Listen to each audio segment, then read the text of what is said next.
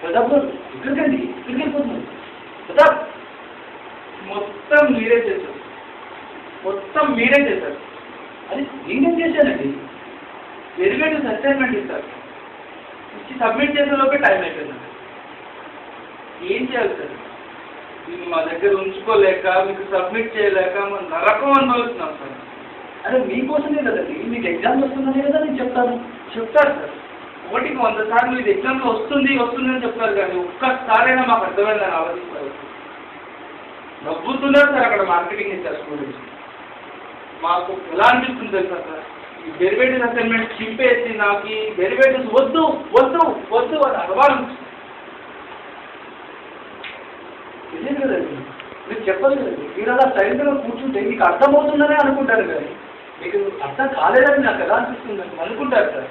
ఇన్నాళ్ళు బట్టి మమ్మల్ని పాస్ చేసి మార్కులు వస్తే మీరు గెలిచారనే అనుకుంటున్నాం, కానీ మిమ్మల్ని గెలిపించడానికి 6 నెలలుగా మేము ఓడిపోతూనే ఉన్నాం.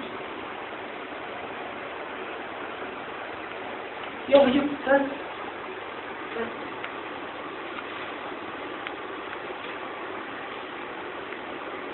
ఇదిగో సార్, చెప్తే ఇలా అయిపోతారనే మీకు చెప్పలేదు. స్టూడెంట్ని పట్టించుకోలేదు లెక్చరర్స్ అయితే ఏమైనా డౌట్స్ అడుగుతారు. మీరు మంచి లెక్చరర్ సార్, మీరు మాకు కావాలి. మిమ్మల్ని డౌట్లు అడగలేదు సార్. ఇప్పటికీ నా మెటీరియల్ మీ చేతిలోనే ఉంటుంది.